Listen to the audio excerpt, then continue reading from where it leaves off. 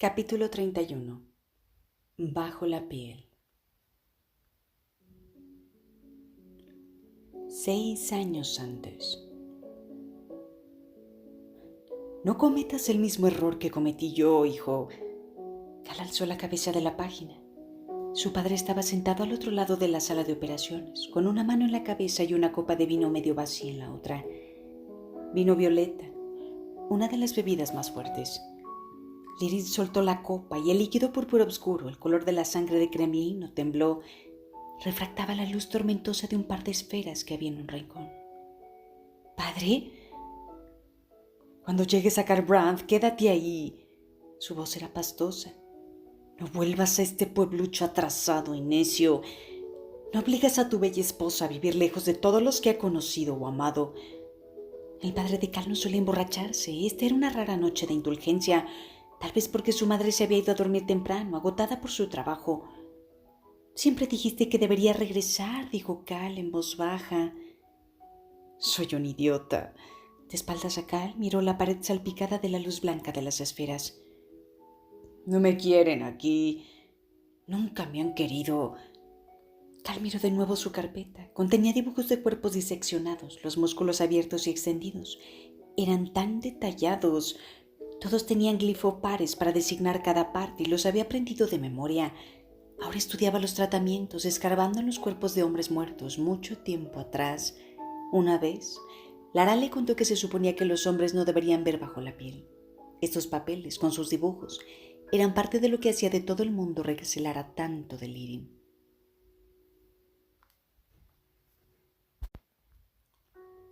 Ver debajo de la piel era como ver bajo la ropa, solo que peor. Lirin se sirvió más vino. ¿Cuánto podía cambiar el mundo en tan poco tiempo?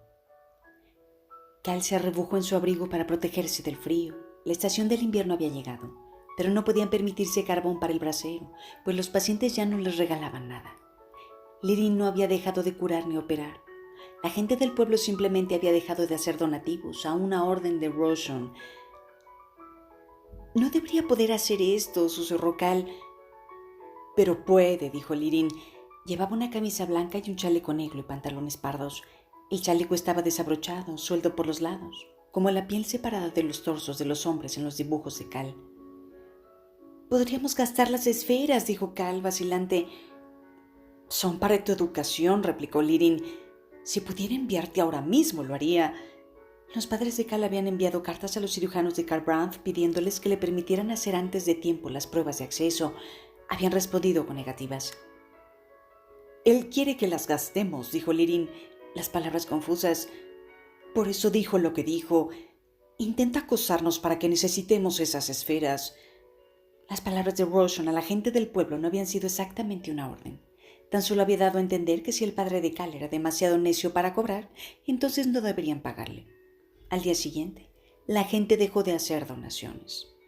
Los habitantes del pueblo veían a Roshan con una confusa mezcla de adoración y miedo. En opinión de Cal, no se merecía ninguna de las cosas. Obviamente, lo habían desterrado a Piedralar porque estaba demasiado amargado y era débil. No se merecía estar entre los verdaderos ojos claros que luchaban por venganza en las llanuras quebradas. «¿Por qué la gente intenta con tanto empeño satisfacerlo?», preguntó Cal. «Nunca reaccionaron así con el brillante señor Wistiu. Lo hacen porque Roshan es implacable». Cal frunció el ceño. Era el vino el que hablaba. Su padre se dio la vuelta, reflejando en sus ojos auténtica luz tormentosa. En aquellos ojos, Cal vio una sorprendente lucidez. No estaba tan borracho después de todo. El brillante señor Wistiu dejaba que la gente hiciera lo que quisiera y por eso lo ignoraban. Roshan les ha de saber que los encuentra despreciables y por eso se esfuerzan por satisfacerlo. «Eso no tiene sentido». «Así son las cosas», dijo Lirin, jugando con una de las esferas de la mesa y haciéndola rodar bajo su dedo.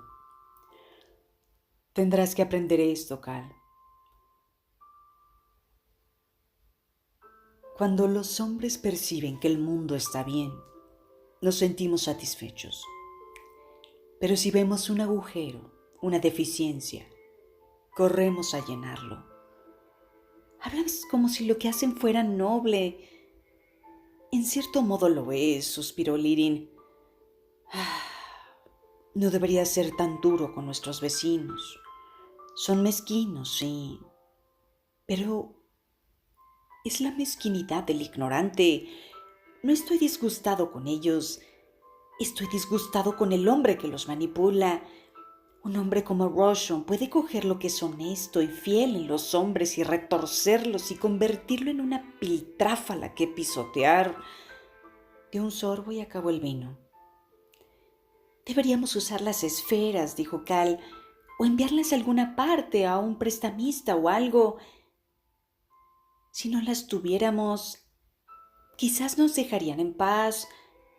No, respondió Lirin con tranquilidad y firmeza. Roshon no es de los que perdonan a un hombre que ha recibido una paliza. Es de los que siguen dando patadas. No sé qué error político lo hizo acabar aquí, pero está claro que no puede vengarse de sus rivales. Así que somos todo lo que tiene. Lirin hizo una pausa. Pobre Patán, pensó Cal. Intenta destruir nuestras vidas y eso es todo lo que padre tiene que decir. Y las historias que cantaban los hombres ante el fuego, historias de pastores astutos que eran más listos y engañaban a los ojos claros necios. Había docenas de variantes y Cal las había oído todas. ¿No debería Lirin contraatacar de algún modo? Hacer algo más que permanecer ahí sentado y esperar. Pero no dijo nada. Sabía exactamente lo que diría su padre. Deja que yo me preocupe de eso. Vuelve a tus estudios. Con un suspiro, Cal se acomodó en su asiento y abrió de nuevo su carpeta. La sala de cirugía estaba iluminada tenuemente por las 4 esferas de la mesa y la que Cal usaba para leer.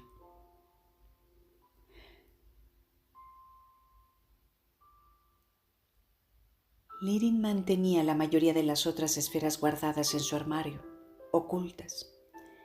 Cal alzó su propia esfera, iluminando la página.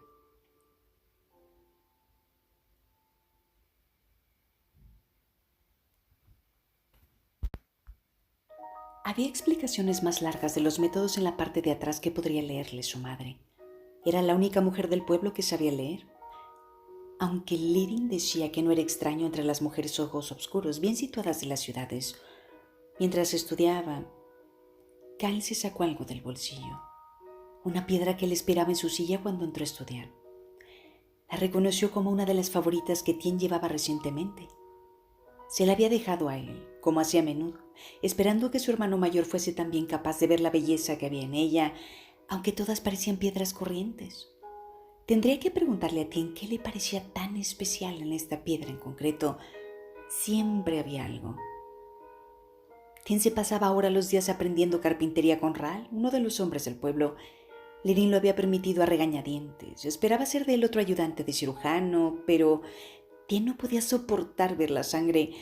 Siempre se quedaba petrificado y no había conseguido acostumbrarse. Eso era preocupante. Cal esperaba que su padre tuviera a Tien como ayudante cuando él se marchara, y Cal iba a marcharse de un modo u otro. No había decidido aún entre el ejército y Galbraith, aunque en los últimos tiempos empezaba a inclinarse por ser lancero. Si siguiese camino, tendría que hacerlo de manera subrepticia cuando fuera lo bastante mayor para que los reclutadores lo aceptaran, sin las objeciones de su padre. 15 años probablemente serían suficientes, dentro de 5 meses más.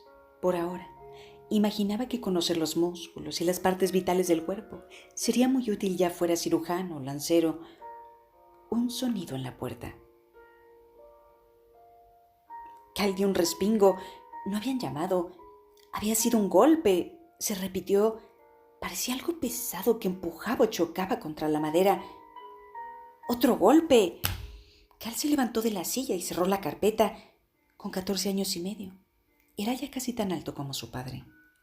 Un roce llegó desde la puerta, como uñas o garras.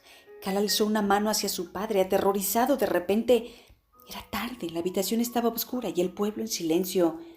Había algo afuera, parecía una bestia inhumana. Se decía que un cubil de espinas blancas estaba creando problemas cercas, atracando a los viajeros en los caminos.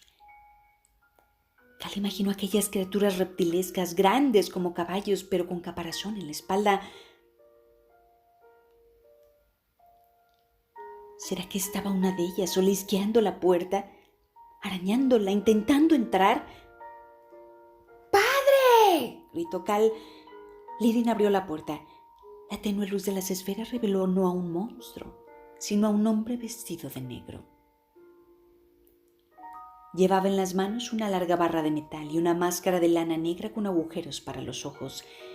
Cal sintió que su corazón se desbocaba lleno de pánico cuando el intruso saltó hacia atrás. «No esperabais encontrar a nadie adentro, ¿verdad?», dijo su padre.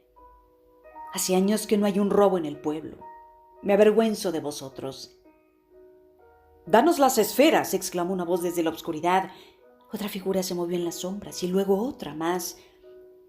«¡Padre Tormenta!». Cal se llevó la carpeta al pecho con manos temblorosas. «¿Cuántos hay?». «Salteadores de caminos que habían venido a robar al pueblo». Esas cosas sucedían cada vez con más frecuencia hoy en día, según decía su padre. ¿Cómo podría Lirin estar tan tranquilo? «Las esferas no son tuyas», dijo otra voz. «¿Ah, no?», respondió el padre de Cal. «¿Y eso las convierte en vuestras? ¿Creéis que os dejaré quedároslas?». El padre de Cal hablaba como si no fueran bandidos de fuerza del pueblo. Cal avanzó hasta situarse detrás de su padre, atemorizado, pero al mismo tiempo avergonzado de ese temor.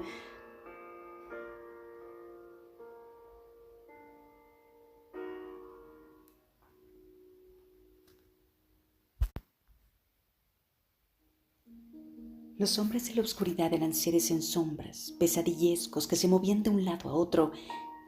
Las caras negras. «Se las daremos a él», dijo una voz. «No hace falta recurrir a la violencia, Lirin», añadió otro. «No vas a gastarlas de todas formas». El padre de Cal bufó. Entró en la habitación. Cal soltó un grito y retrocedió mientras Lirin abría el armario donde guardaba las esferas. Cogió la gran copa de cristal donde las tenía, cubiertas por un paño negro. «¿Las queréis?», gritó Lirin volviendo a la puerta. «Padre», dijo Cal, preso del pánico. «¿Queréis la luz para vosotros?». La voz de Lirin se hizo más fuerte. «¡Tomad!». Retiró el paño. La copa explotó con feroz brillo, casi cegador. Cal alzó un brazo. Su padre era una silueta recortada que parecía sujetar el mismísimo sol entre sus dedos. La gran copa brillaba con una luz tranquila, casi una luz fría. Cal parpadeó para ahuyentar las lágrimas mientras sus ojos se aclimataban. Ahora pudo ver claramente a los hombres del exterior, donde antes acechaban sombras peligrosas. Ahora unos hombres asustados levantaban las manos. No parecían tan intimidantes. De hecho, las telas que les cubrían la cara parecían ridículas. Donde Cal tuvo miedo, ahora se sentía extrañamente confiado. Durante un momento, no fue luz lo que su padre sostenía, sino comprensión.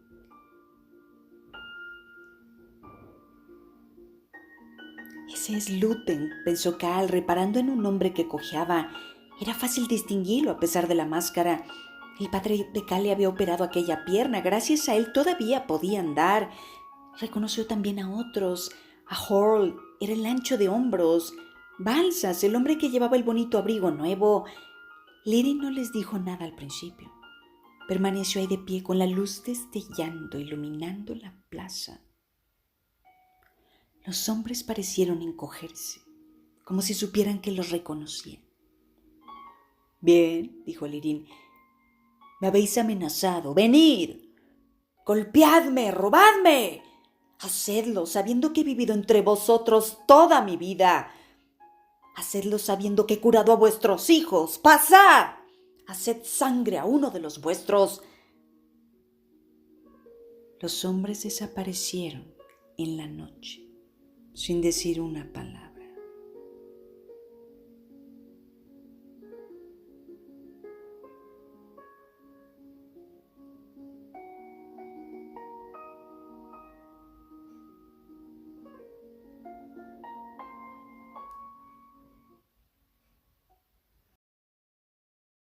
Capítulo 32. Carga lateral. Vivían en lo alto de un lugar que ningún hombre podía alcanzar, pero todos podían visitar, la ciudad torre misma, creada por las manos de ningún hombre. Aunque la canción del último verano es una de la historia romántica del siglo III después de la traición, probablemente sea una referencia válida en este caso. Véase la página 27 de la traducción de Barala y compárese con el texto inferior. Mejoraron cargando el puente de lado, pero no mucho.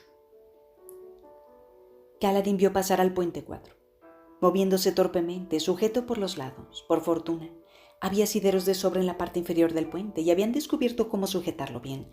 Tenían que cargarlo en un ángulo menos inclinado de lo que quería. Eso dejaba las piernas al descubierto, pero tal vez podría entrenarnos para ajustarse a ello mientras volaban las flechas. De cualquier forma, el avance era lento. Y los hombres del puente estaban tan apretujados que si los Parshendi conseguían abatir a uno, los otros tropezarían y le pasarían por encima. Si perdía unos cuantos hombres, el equilibrio se acabaría y se caerían con toda seguridad. Habrá que manejar esto con mucho cuidado. Sil revoloteaba tras la cuadrilla en forma de revolino de hojas transparentes. Tras ella, algo llamó la atención de Kaladin. Un soldado uniformado que traía un grupo harapiento de hombres. Por fin, estaba esperando otro grupo de reclutas. Le hizo un simple gesto a Roca. El comecuernos asintió y se encargó del entrenamiento. Era hora de descansar de todas formas. Kaladin subió corriendo la pendiente del borde del aserradero y llegó justo cuando Gaz interceptaba a los recién llegados. «¡Qué grupo tan patético!», dijo Gaz. «Creía que había visto lo peor la última vez, pero esto...» Lamaril se encogió de hombros. «Ahora son tuyos, Gaz. Divídelos como quieras». Se marchó con sus soldados, dejando a los desafortunados reclutas. Algunos llevaban ropas decentes, pues eran delincuentes recién detenidos. Los demás tenían marcas de esclavo en la frente. Verlos hizo que Kaladin recuperara sensaciones que tuvo que reprimir. Se encontraba todavía en lo alto de una loma muy empinada, un paso en falso, y podía enviarlo de nuevo a ese pozo de desesperación. «¡En fila, kremlinos!», gritó Gaz a los nuevos reclutas, sacando su porra y agitándola. Miró a Kaladin, pero no dijo nada. El grupo de hombres se alineó rápidamente. Gaz los contó y escogió a los más altos. «Vosotros 5, al puente 6, recordad eso. Olvidadlo y me encargaré de que os azoten», contó otro grupo. «Vosotros 6, al puente 14. Los 4 del fondo, el puente 3, tú y tú, al puente 1. El puente 2 no necesita ninguno. Vosotros 4, al puente 7. Ya estaban todos. «Gaz», dijo Kaladin cruzándose de brazos. Sil se posó en su hombro, su pequeña tempestad de hojas convertida de nuevo en una joven. Gaz se volvió hacia él. «El puente 4 solo tiene 30 miembros. Los puentes 6 y 14 tienen menos. Tienen 29 cada uno y acabas de darles un nuevo puñado de hombres. Y el puente 1 tiene 37 y le has enviado 3 hombres nuevos. Casi no perdiste ninguno en la última carrera y...» Kaladin cogió a Gaz por el brazo cuando el sargento intentaba marcharse. Gaz dio un respingo y alzó su porra. «Inténtalo», pensó Kaladin mirándolo a los ojos. Casi deseó que el sargento lo hiciera. Gaz apretó los dientes. «Bien, un hombre. Yo lo escogeré. Como quieras, ninguno vale nada».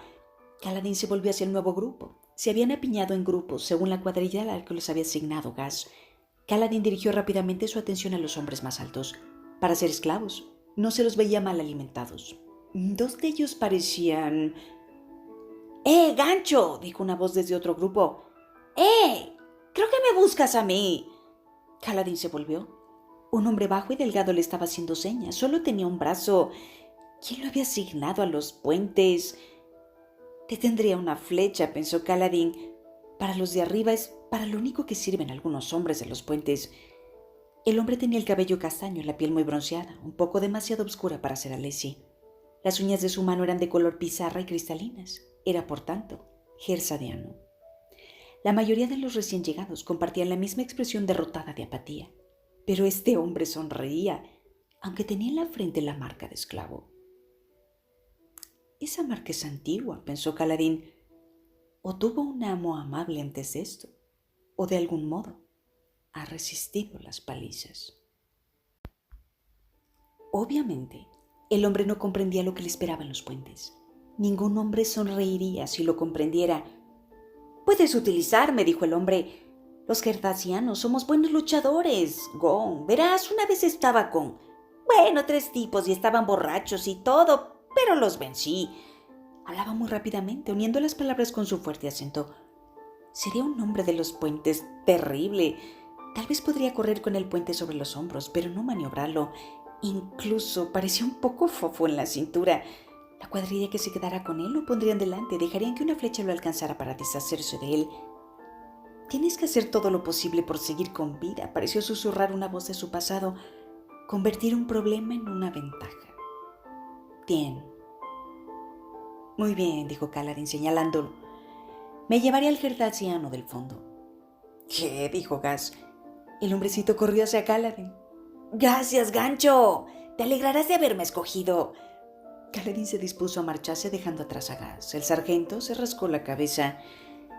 «¿Has insistido tanto para poder escoger a ese gertasiano manco?» Kaladin continuó su camino sin responderle. Se volvió hacia el gertasiano. «¿Por qué has querido venir conmigo? No sabes nada sobre las diferentes cuadrillas». «Solo ibas a escoger a uno», dijo el hombre. «Eso significa que un hombre tiene que ser especial y los otros no. Tengo un buen presentimiento sobre ti. Está en tus ojos, Gancho». Hizo una pausa. «¿Qué es una cuadrilla?» Kaladin no pudo sino sonreír ante la actitud despreocupada del hombre. «Ya lo verás. ¿Cómo te llamas?» «Lopen», respondió el hombre. «Algunos de mis primos me llaman el Lopen porque no conocen a nadie más llamado así. He preguntado mucho, tal vez a 1 centenar o 2 centenares de personas, seguro, y nadie ha oído ese nombre». Kaladin parpadeó ante el torrente de palabras. ¿Se paraba alguna vez a respirar? La cuadrilla del puente 4 estaba descansando, a la sombra de la enorme estructura tendida sobre un costado. Los 5 heridos se habían unido ahí y charlaban. Incluso Leiten se había levantado, lo cual era buena señal. Había tenido muchos problemas para caminar, con aquella pierna aplastada. Kaladin había hecho lo que había podido, pero siempre arrastraría la cojera. El único que no hablaba con los demás era David, el hombre que se había conmocionado tanto con la batalla. Seguía a los demás, pero no hablaba. Kaladin empezaba a temer que no se recuperaría nunca de su fatiga mental. Hover, el tipo de la cara redonda y la mella que había recibido un flechazo en la pierna, caminaba sin muleta. Pronto podría empezar a correr con los puentes, otra buena cosa. Necesitaban todas las manos que pudieran conseguir. «Ve aquel barracón», le dijo a Lopen. «Hay una manta, sandalias y un chaleco para ti en la pila del fondo». «Muy bien», dijo Lopen echando a andar. Saludó a unos cuantos hombres al pasar. Roca se acercó a Kaladin y se cruzó de brazos. «¿Un nuevo miembro?» «Sí. El único que nos quiso dar gas, supongo». Roca suspiró. «Deberíamos haber esperado algo así. Solo nos dará los hombres más inútiles de ahora en adelante». Kaladin estuvo tentado de decir que estaba de acuerdo, pero dudó. Sil probablemente lo vería como una mentira y eso la molestaría. «Esta nueva forma de cargar el puente», dijo Roca, «no es muy útil, creo. Es...» Se interrumpió cuando un cuerno sonó sobre el campamento y su eco se escuchó en los edificios de piedra como el bramido de un gran caparazón lejano. Kaladin se puso tenso. Sus hombres estaban de guardia. Esperó a que sonara el tercer grupo de cuernos.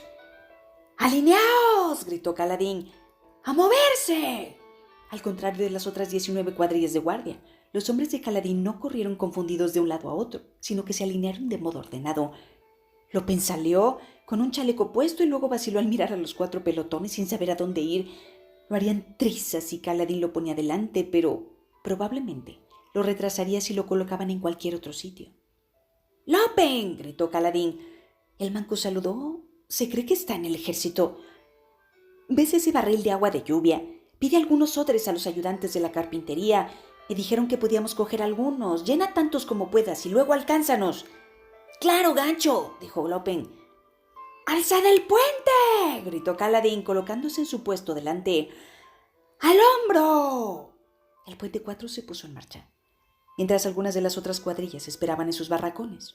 El equipo de Kaladin cruzó corriendo el patio. Bajaron los primeros la pendiente y llegaron al primer puente permanente antes incluso de que el ejército formara. Ahí, Kaladin les ordenó que bajaran el puente y esperaran. Poco después, Lopen bajó corriendo la colina y, sorprendentemente, David y Hover los acompañaban. No podían moverse rápido, no con la cojera de Hover, pero habían construido una especie de litera con un toldo y 2 trozos de madera. En el centro había unos 20 odres de agua. Llegaron trotando hasta la cuadrilla. «¿Qué es esto?», dijo Kaladin. «Me dijiste que trajera todo el agua que pudiera», dijo Lopen. «Bueno, los carpinteros nos dieron esto. Lo usan para transportar trozos de madera», dijeron, «y como no lo estaban usando, lo cogimos y aquí estamos, ¿verdad, Molly?», le dijo a David, que tan solo asintió. «¿Molly?», preguntó Kaladin. «Significa mudo», dijo Lopen, encogiéndose de hombros, «porque no parece hablar mucho». «Comprendo. Bien, buen trabajo. Puente 4, de nuevo en posición. Aquí viene el resto del ejército». Las siguientes horas fueron los que se habían acostumbrado a esperar de las cargas con los puentes. Condiciones extremas, llevando el pesado puente por las mesetas. El agua resultó de una gran ayuda. El ejército suministraba ocasionalmente agua a los hombres de los puentes durante las cargas, pero nunca todo lo a menudo que era necesaria. Poder echar un trago después de cruzar cada meseta era tan bueno como disponer de media docena de hombres más. Pero la verdadera diferencia la producía la práctica. Los hombres del puente 4 ya no se sentían agotados cada vez que soltaban el puente. El trabajo seguía siendo difícil, pero sus cuerpos estaban preparados. Kaladin advirtió más de una mirada de sorpresa o de envidia por parte de las otras cuadrillas, mientras sus hombres reían o bromeaban de vez en cuando. Correr con un puente una vez a la semana o así, como hacían los otros hombres, no era suficiente. Una comida extra cada noche, combinada con el entrenamiento, había reforzado los músculos de los hombres y los había preparado para trabajar. La marcha fue larga, la más larga que Kaladin había hecho. Se dirigieron hacia el este durante horas. Eso era mala señal. Cuando se dirigían a las mesetas más cercanas, solían llegar antes que los Parshendi, pero hasta tan lejos corrían solo para impedir que los Parshendi escaparan con la gema corazón. No había ninguna posibilidad de que llegara antes que el enemigo. Eso significaba que probablemente sería una aproximación peligrosa. «No estamos preparados para la carga lateral», pensó Kaladin nervioso. Mientras se acercaban por fin a una enorme meseta que se alzaba con forma extraña, había oído hablar de ella. La torre. La llamaban así. Ningún ejército alesi había conseguido jamás una gema corazón ahí. Soltaron el puente ante el penúltimo abismo. Lo colocaron en posición y Kaladin sintió un mal presagio mientras los exploradores lo cruzaban. La torre tenía forma de cuña, irregular, con la punta suroriental alzándola al aire, creando una empinada falda. Sadea se había traído un gran número de soldados. Esta meseta era enorme y permitía el despliegue de fuerzas más grandes. Kaladin esperó, ansioso. Tal vez tendrían suerte y los Parshendi ya se habrían marchado con la gema corazón. Era posible tan lejos. Los exploradores regresaron corriendo. «¡Líneas enemigas al otro lado! ¡Todavía no habían abierto la crisálida!». Kaladin gimió para sus adentros. El ejército empezó a cruzar el puente y sus hombres lo miraron, solemnes, con expresiones sombrías. Sabían lo que vendría a continuación. Algunos de ellos, quizás muchos, no sobrevivirían. Iba a ser muy duro esta vez. En carreras anteriores habían tenido una margen. Cuando perdían 4 o 5 hombres, todavía podían continuar. Ahora solo corrían con 30 miembros. Cada hombre que perdieran los retrasaría enormemente y la pérdida de 4 o 5 más los haría avanzar a trompicones.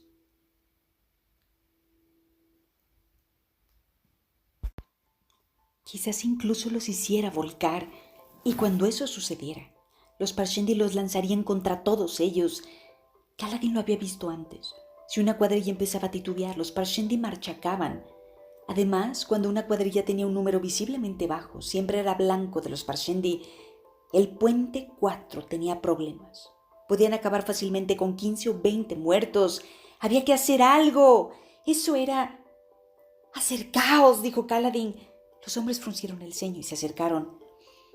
«Vamos a cargar el puente de lado», dijo Kaladin en voz baja.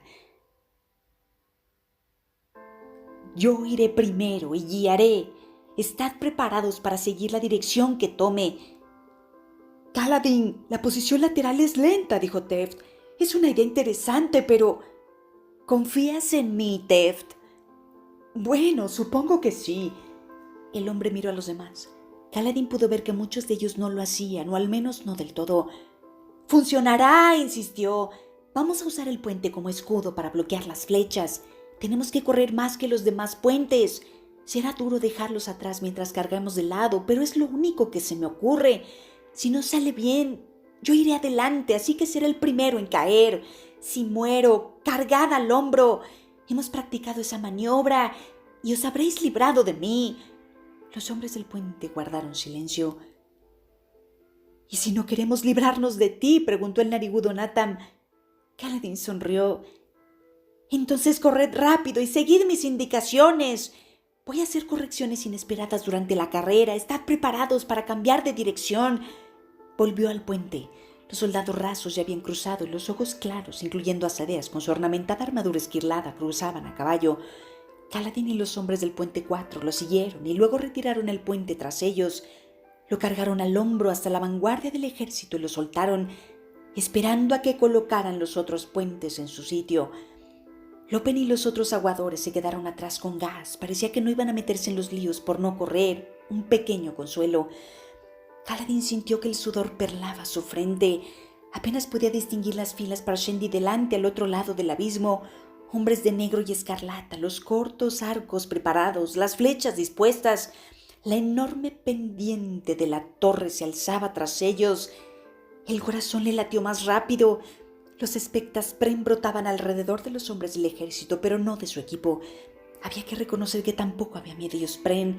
No es que no sintieran miedo, es que no tenían tanto pánico como las otras cuadrillas, así que los miedos Spren iban ahí. Cuidado, pareció susurrarle Tuk desde el pasado.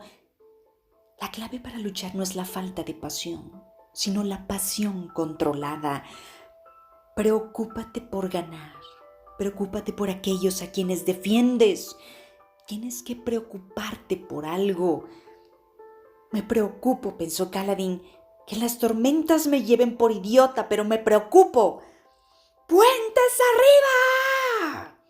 La voz de Gas resonó en las primeras filas, repitiendo la orden que le había dado Lamaril. La cuadrilla de Kaladin se puso en movimiento, giró de lado rápidamente el puente y los hombres lo alzaron. Los más bajos formaron una línea, sujetando el puente a la derecha, mientras que los más altos formaban otra línea más compacta detrás. Lamaril les dirigió una dura mirada y Kaladin contuvo la respiración. Gas se acercó y le susurró algo a Lamaril. El noble asintió lentamente y no dijo nada. El ataque parecía seguro. El puente 4 cargó. Tras ellos, las flechas volaban en oleadas sobre las cabezas de los hombres de la cuadrilla, arqueándose en el cielo antes de caer hacia los Parshendi. Kaladin corrió, los dientes apretados. Era difícil correr sin tropezar con los rocabrotes y los cortes a pizarra. Por suerte, aunque su equipo era más lento que normalmente, su práctica y capacidad de aguante significaban que eran todavía más rápidos que las otras cuadrillas. Con Kaladin a la cabeza, el puente 4 consiguió adelantarse a los demás. Eso era importante porque Kaladin dirigió a su equipo ligeramente hacia la derecha, como si estuviera un poco desviado respecto al pesado puente de al lado. Los Parshendi se arrodillaron y empezaron a cantar. Las flechas sales y caían entre ellos, distrayendo a algunos, pero los otros alzaron sus arcos. «Prepárate», pensó Kaladin. Aceleró y sintió un súbito arrebato de fuerza. Sus piernas dejaron de esforzarse, su respiración dejó de silbar. Tal vez era la ansiedad de la batalla, quizá el aturdimiento que se apoderaba de él, pero la fuerza inesperada le produjo una aseble sensación de euforia. Sentía como si algo zumbara en su interior, mezclándose con su sangre. En ese momento, parecía como si estuviera tirando del puente él solo, como una vela remolca el barco que tiene debajo. Se volvió más a la derecha, un ángulo, poniéndose junto con sus hombres a plena vista de los arqueros Parshendi. Los Parshendi continuaban cantando, sabiendo de algún modo, sin tener que recibir órdenes, cuándo tenían que disparar a sus flechas. Se llevaron las flechas a las mejillas moteadas, apuntando a los hombres de los puentes. Como era de esperar, muchos apuntaban a los hombres de Kaladin. «Casi estamos lo bastante cerca ya, solo unos latidos más, solo unos segundos más.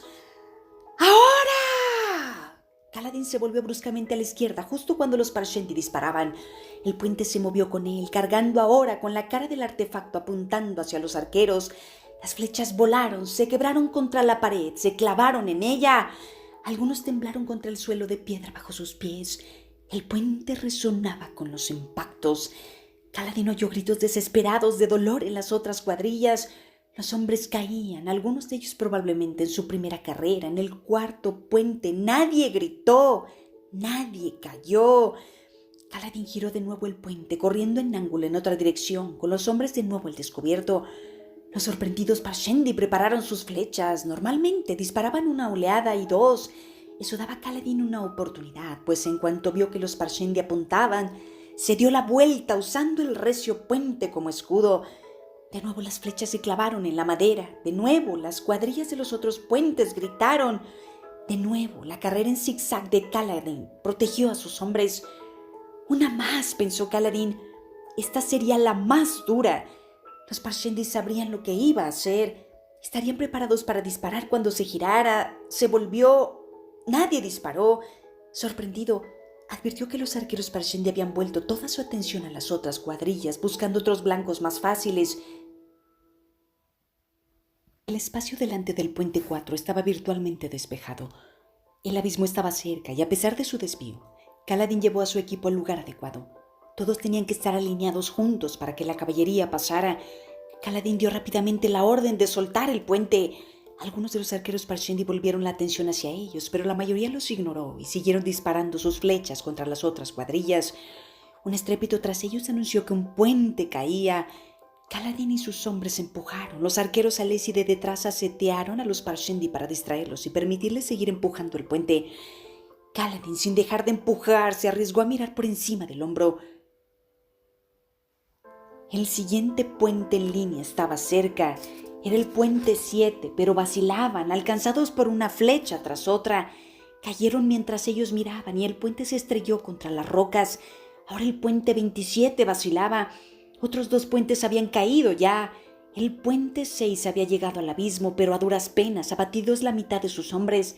¿Dónde estaban las otras cuadrillas? No podía verlo y tuvo que volver a su trabajo. Los otros hombres de Kaladin colocaron el puente con un golpe y Kaladin dio la orden de retirarse. Sus hombres y él se apartaron para permitir pasar a la caballería, pero la caballería no llegó, secándose el sudor de la frente. Kaladin dio media vuelta.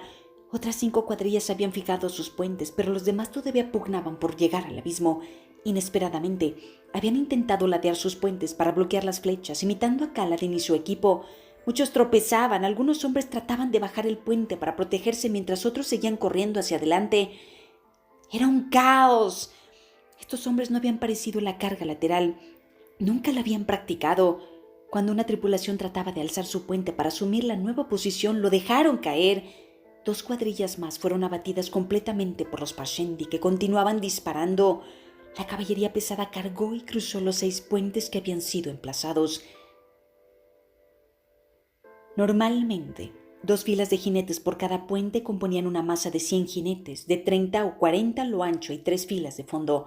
Eso dependía de cuántos puentes fueran alineados, permitiendo una carga efectiva contra los centenares de arqueros Parshendi.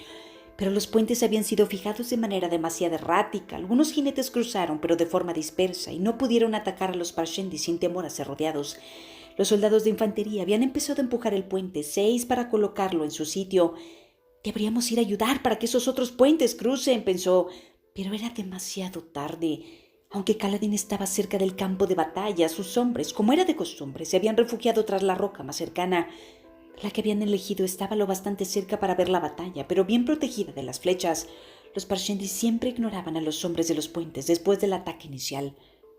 Aunque los Alesi cuidaban de dejar guardias detrás para proteger el punto de desembarco y vigilar que los Parshendi no les cortaran la retirada, los soldados finalmente colocaron el puente 6 en posición y 2 cuadrillas más emplazaron los suyos, pero la mitad de los puentes no lo había conseguido. El ejército tuvo que reorganizarse, avanzando para apoyar a la caballería y dividiéndose para cruzar por donde habían emplazado los puentes. Tef dejó atrás la protección de la roca y cogió a Kaladin del brazo, tirando de él hasta llevarlo al lugar seguro. Kaladin dejó que lo hiciera, pero siguió mirando la batalla, comprendiendo algo horrible.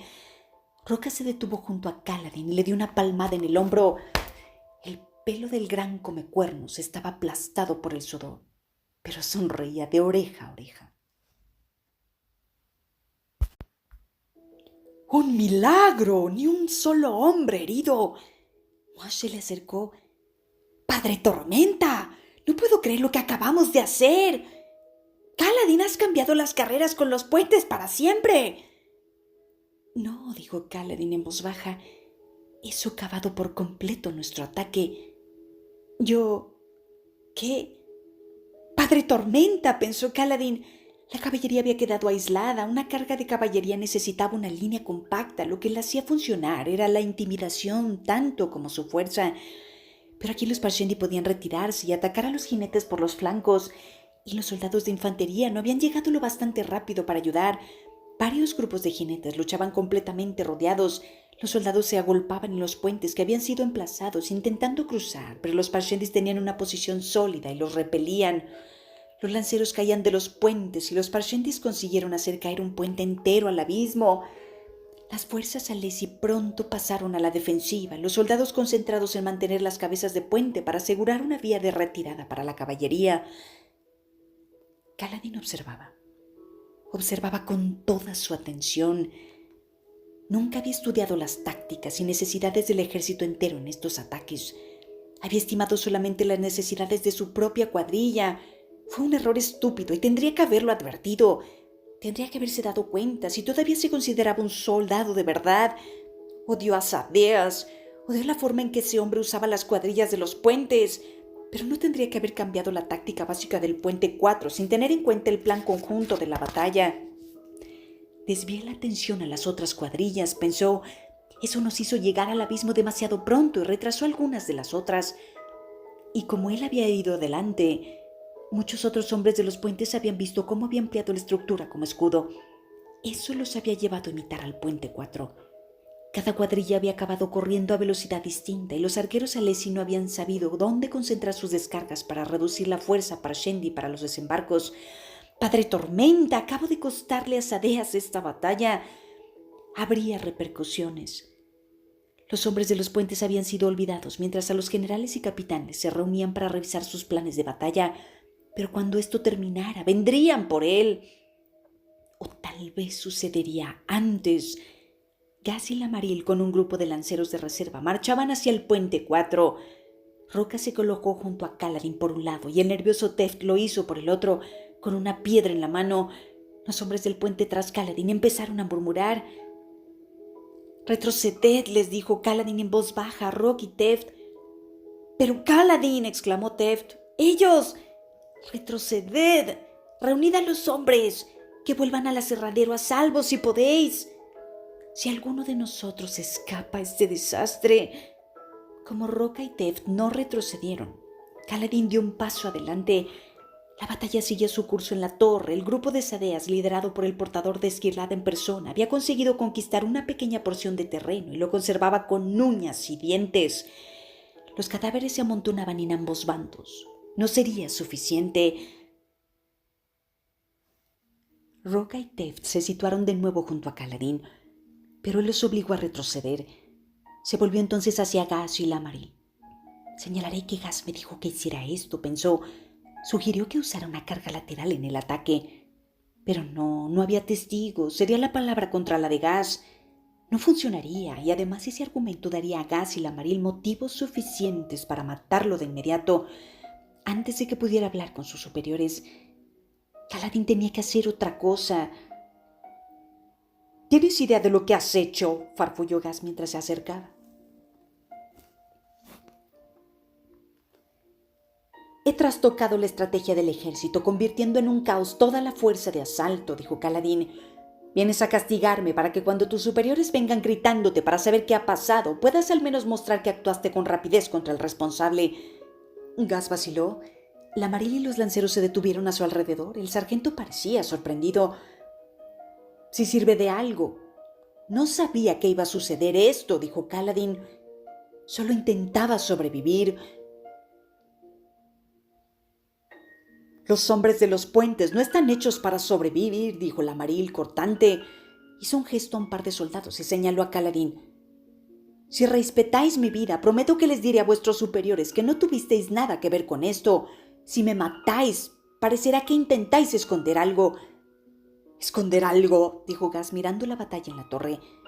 Una flecha perdida rebotó entre las rocas a poca distancia, rompiendo el astil. «¿Qué tendríamos que esconder?». «Depende. Puede parecer que esto fue idea vuestra desde el principio, brillante señor Lamaril. No me detuviste. Podrías haberlo hecho, pero no lo hiciste, y los soldados os vieron hablar a Gas y a ti cuando visteis lo que hacía. Si no puedo declarar que ignorabais lo que iba a hacer, tendréis un buen problema. Los soldados de la Marine miraron a su líder. El ojos claros frunció el ceño. «¡Golpeadlo!», dijo, «pero no lo matéis». Dio media vuelta y regresó hacia las líneas de reserva Leslie. Los fornidos lanceros avanzaron hacia Kaladin. Eran ojos oscuros, pero bien podrían haber sido Parshendi por la simpatía que le mostraron. Kaladin cerró los ojos y se preparó. No podía resistirse. No si quería permanecer en el puente 4. La culata de una lanza le golpeó en el estómago, lo derribó al suelo y jadeó. Cuando los soldados empezaron a darle patadas, una bota abrió la bolsa que llevaba al cinto. Sus esferas demasiado preciosas para dejarlas en el barracón se dispersaron entre las piedras. De algún modo habían perdido su luz tormentosa y ahora eran opacas, agotada su vida. Y así, los soldados siguieron dándole patadas.